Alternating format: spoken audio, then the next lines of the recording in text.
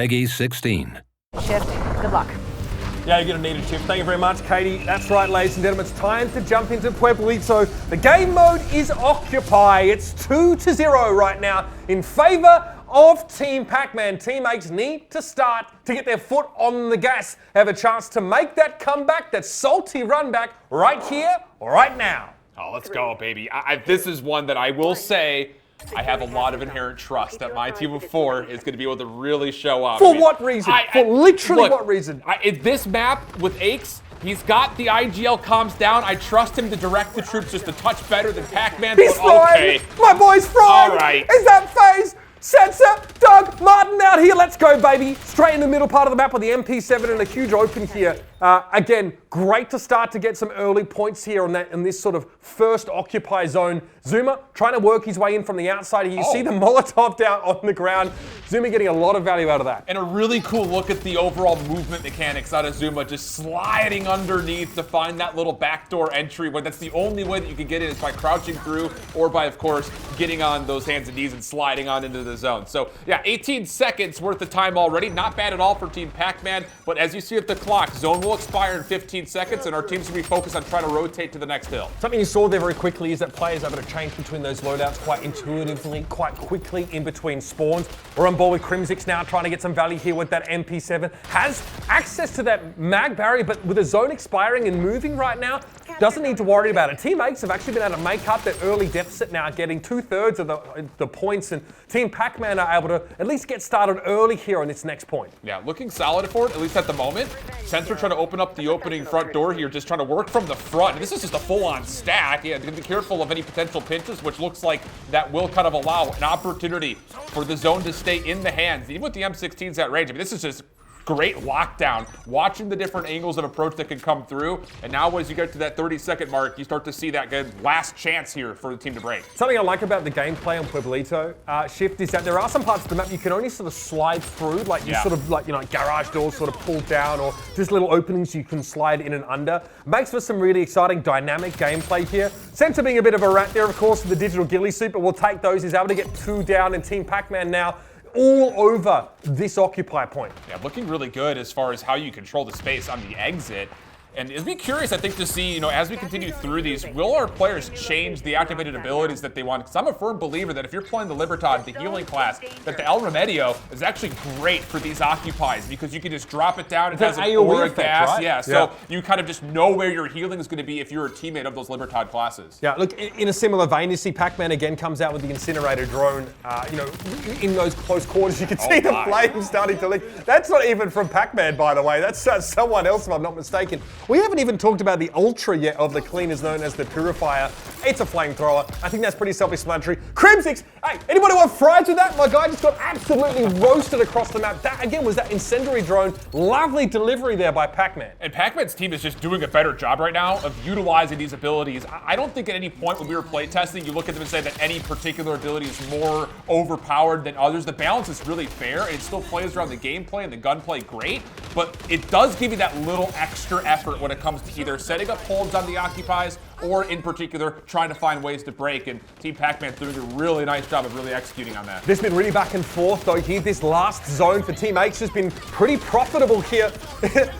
See, Enable trying to make use of that Ultra there. Unfortunately for the Libertad class, getting sort of cut down. It does make you ultra durable, but you can definitely fall while using that ability. Slacked on the other side actually has that one available himself, but this guy does not need it. Eventually gets brought down, but here's the flamethrower. ZooMaa starting to fire up here. And again, this is a great example. I know a lot of people, they see ultimates, ultras, things like that. They say, how does that not just break the game? That's 2 prime examples where the Medico Supremo was shut down and the Purifier was shut down before you really see it exhausting its entire duration. So a really good look to, again, reinforce that the gunplay still reigns supreme. Aegis now in play as you're going to start to see the last 15 seconds of this scrap time be earned up. And we've got our first little cushion, I would say, when it comes down to this differential in score. Yeah, in fact, these hills have been pretty back and forth, I've got to say, but now starting to really come good for Team H, should I say now, as they're the ones that are approaching 80 here, and a lot of value here for Rakes out of that Ultra. You can see just a few seconds now. into this next zone. 3 minutes 23 on the clock. Slackity have brought down Ace, finding those 2 big kills earlier on, but JKap able to double down himself there and start to fire back. Yeah, Crimsix now just going to bump out the occupy zone just a touch here, just trying to create a little bit of proximity to make sure that all these break attempts are essentially contested before you even see the zone. Really good stuff. Mag barrier to reinforce while his regen's in play, and this is now essentially 2 back-to-back zones that Team X has done really well with this occupy rotation. Yeah, I think you can see Team Pacman starting to fall behind a little bit. Enable able to find a couple quick kills there, but at long range, Crimsix able to bring him down. That's 2 for the man himself here. He already deployed that barrier just to control this small corridor, and he really hasn't left this part of the map now. Only 10 seconds or so left on this zone, but Crimsix pretty comfortable playing around that part of the map, and it's more than a cushion now. It is Team X out to a comfortable little lead. Yeah, you essentially have to pull 30+ seconds here if you're Team Pacman just to get back into this game. It's starting to get a little out of hand. Not out of reach yet, but it's starting to feel like it as we rotate back into this very mixy first zone. And this is what I was looking for. Did anyone hold on to their Aegis? Because it's difficult to break through this again. That electromag weapon that's in here will one-shot you if you work your way through into that actual zone of control that he provides. So good usage to try to get some opening time, but better yet, the break looks really solid for Team Pacman. Yeah, I mean, Aegis is, the player that uses Aegis, the one that's using the Phantom, has like a close range like scattergun. Yeah. But your teammates can actually benefit from that and make use of their longer range weapons, which is when it really starts to feel quite oppressive to play into. Even with that little power play, that little combination of ultras there, it's Team X that are continuing to extend their lead. They've basically had this zone for at least 45 seconds of its total minute. Very, very hard to sort of recover from now for Pacman as they are continuing to stay behind by about that 45 margin. This is what we call those 40-20 exchanges, where you're soaking up either the first 20 and back 20, and you're only letting your opponent to get in for a small amount of scrap time. You start to get these incremental leads, and you start to grow what I like to call leader's advantage, where you've got the decision-making ability to say, yeah, we're going to commit the play for full 60 seconds, or we're going to try to put the pressure on rotation. Second sonar goggles for Ace. That is an incredible amount of charge to be able to put into the ultras, and he's behind the entire play, trying to blow it up from the back. Yeah, how about it? Triple kill for Ace, as that will lead to his team growing their lead even further. I mean, the triple kill is huge, but the information given to you by those sonar goggles is almost as important there. I mean, Team X know exactly where all of Team Pacman are coming from. So, it's having a virtual sort of UAV on the enemy team for that period of time makes a huge difference. And you can see that now manifesting in this score lead, 161-83. Trash talk was flying earlier. Let's hear how Team X is handling the showcase. Yeah, he jumped up, yeah. All right, we can probably bait him out. Got him out of hill, got him out of hill. Nice. Far in front of us. I'm cutting the rest off. We can point, Doug. Should be good. We should be good. They should all be spawning old. All be spawning old. We're good. Yeah, Enable going for the Biovita boost sort of preemptively as he knows he's heading towards where the action is. ZooMaa gets cut down. I think he was actually still using the Purifier there, so Enable may not have realized just how much, he had sort of relieved his own potential stress moving into that situation. Aegis is going to be up for Crimsix here. The mag barrier placement is questionable, I guess, now as he tries to approach the point. It's weight of numbers as ZooMaa really trying to help him out. That's the scattergun going to work inside the Aegis. It's absolutely disastrous if you run headlong into that. You can see it is still like, how do you deal with it? You can throw nades underneath it if I'm not mistaken, so there is a chance to try to push off this player just a touch, but that was Team Pacman just running forward saying, we're just going to charge into the fray and see if we can take him down the hard way. Obviously didn't quite work out because, like you mentioned, the scattergun does kill in one shot, and it almost kind of blossoms like a shotgun. It does take a lot of area away. It's why sometimes in playtesting we've seen people take a dead set class and actually use that lockout ability to shut down those sort of like the Purifier or the Aegis and make them just basically just lights out on those abilities. So we'll see if that actually becomes a factor here. A good example, Pacman takes some shots from behind there as he tries to move him with the Purifier. He wants to try and control every point of ingress towards this zone. So far, not so bad. Again, about 61 points to try and make up here, so a lot of work to be done. That's the start that Team Pacman need, but Ace are so close to the finish line. And where's the help there, right? You want to talk about things like manipulating spawns and stuff like that. I mean, the only minimap we've got is what you see in the top left with the radar, but it's just one of those situations that Team X, they're just there first with more numbers. So you talk about being able to overwhelm these ultras. You could do it without necessarily having to counter it with things like a lockout, and we're seeing a prime example of just the gun skill coming through, the team shots also neutralizing a lot of these power play attempts by Team Pacman.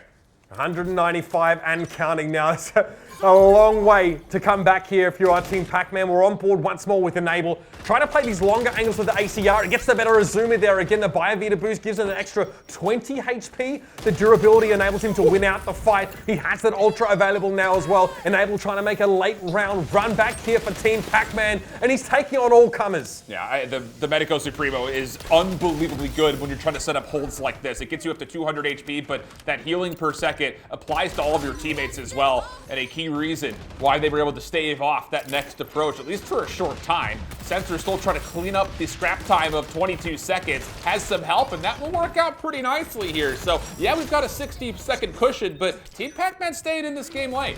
Yeah, not too bad. They haven't chewed up much of that deficit though, which is crucial. Censor needs to make a big play here with these sonar goggles. Only 8 seconds left on this zone. Keeping Team 8's off it as much as possible is important. And Team 8's kind of know this. They're already sort of starting to rotate towards that next zone, which is indicated to the player, so you do know which one is coming up next. And Censor does use that sonar goggles to kind of clean up the trail away players. So now you should have numbers on this break attempt. Aegis will kind of lead the way back into this middle hut.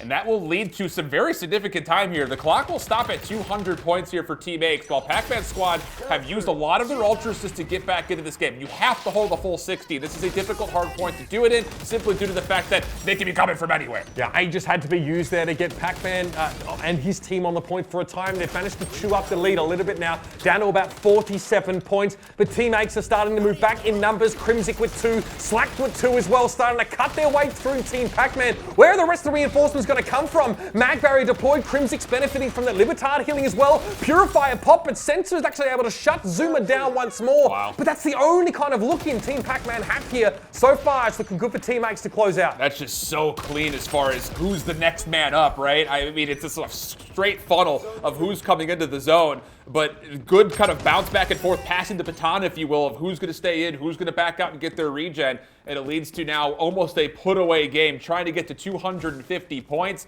54 seconds also, I believe, on the game clock here if this were to kind of keep being contested. So a lot of advantages here for Team Aches to get on the scoreboard. Yeah, you see Pacman quarters, he's trying to deploy the incendiary drone. Censor looking to try and make his way over towards the point here, but that lead has started to billow out in a big way here. And you can see Team Aches there very much focused, very much dialed in these final moments. They know they pretty much got it. Crimsix had an incredible map so far. He is really starting to fire up and has had a huge impact now. That is going to be a dominant Team Aches victory here on Pueblito. Look, I might have been doubting, but Shift held the faith, and for good reason. Team Aches finally on the board. No 3-0 here for Team Pacman, because now Team Aches looking to close that deficit. And I mean, Uber, it seems like they really woke up. What exactly allowed them to do this? Because it wasn't a close game. Yeah, okay, so I think this played out very differently to how the first 2 games did. And a lot of it has to do with the fact that this is Occupy, and I think the way you play around the map is very different. But I think Aches absolutely fried that map. He had a really difficult time on Zoo. He comes alive. Slacked has taken to this game like a fish to water, I think, in a big way. See him getting a lot of value out of his AoE healing available to the Libertad class around certain clusters in the map. And that's the kind of thing that enables someone like Aches to just to hang around in those gunfights a little bit longer, even if, you know, his class, being Echelon doesn't have the same durability as some of the others. Really very impressed, and I think you can see Team Aches had a real plan. Every time there's a new hill spawning, they're there in advance. They have a lot of info from those the sort of recon goggles. They can see people coming. I think Aches is ultra in many of those sort of pre-hill situations was a ton of really important early info. Well, I think case in point, I love that you just mentioned that, because Shift Ultra usage in general looked way better for Team Aches. I think the word that I could use is it was proactively being used, whereas in our first 2 maps, it almost felt like oh, wait a second, we have these things that we could use. We may as well throw them out there. This is a prime example of it. On a break attempt of a new zone, you've got Crimsix, who, yeah, the mag barrier may not have been exactly efficient, but look at how he's able to help his team clear and then reinforce the zone by popping Aegis. And like we mentioned, it's difficult to deal with if you don't have a dead sec to lock you out of it and just completely counter. And you see the scatter gun really shining with the double that he's able to, again, cement not just the rest of this time, but also kind of building a insurmountable cushion on the overall scoreboard. Not only did the Ultras look better, but I think the synergy within the players on top of that. But that means we're ready to get into zone control on Midway for game number 4. A chance here for Team Aches to be able to even things up with Team Pacman and guarantee us games 5, 6, and potentially even 7. But first, we gotta go back to the players because we did actually ask them, now that they've got their hands on XDefiant, what they are liking about the game so far. XDefiant. Well, let's just say it's a huge, huge, huge threat to all the devs, all the game developers, everyone that's making FPS shooters out there. This is going to sway a crowd that has been basically preaching about change your game this, change your game that, right? This is all their hopes and dreams. Honestly, the best part about XDefiant to me is how fluid the game feels, the movement in the game, and just, it gives me an old school vibe that the old games used to give me. I feel like you're sliding around really fast, the gunplay is really fun, and it's just a new take on an old style of play that I really think that people will love. Yeah, as a former pro, one thing I really like about the game is just how it looks. Very colorful, very easy to look at, and it just plays really well. I think the movement feels fluid and feels nice, the gunplay feels really good, so I'm really excited to get in and just play some games. What caught my eye about XDefiant was Pat. He was the one who brought me onto it. He showed me more about it, and then when I started playing it, I was surprisingly interested. I actually thought it was a lot of fun. We did a couple of play tests online, and it blew my expectations out of the water. So I think playing on a LAN setup and playing with all my friends in real life is going to be a great time. It's going to be great competition, and I'm really looking forward to taking home this win for our team.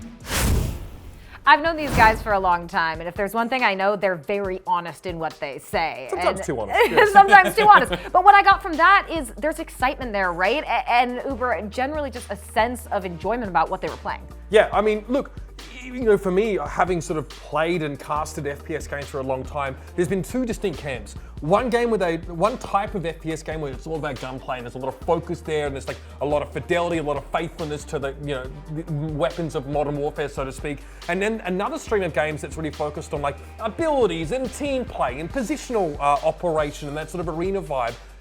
XDefiant really brings those two together on a collision course for greatness. Not many games have been able to, you know, to bring those two sort of strands of FPS together and tie them in such a neat bow. So I'm not surprised to hear the players' reactions. I think I'm definitely in agreement. I think we're onto something here. I think at the same rate, you're also seeing both elements of the game where it comes to gunplay and ability play both be changing towards win condition of any particular map or mode. So it's not one that you can just get away with doing one or doing the other. You kind of have to bring both of those elements to life, and seeing our players who, of course, as you mentioned at the top of the show, they're our highest pedigree of FPS gamers that are out there, now start to realize that, wait a second, these abilities are going to be key to kind of giving us a little bit of separation. They're picking it up very rapidly, and it's definitely changing how I think they're experiencing the game in real time.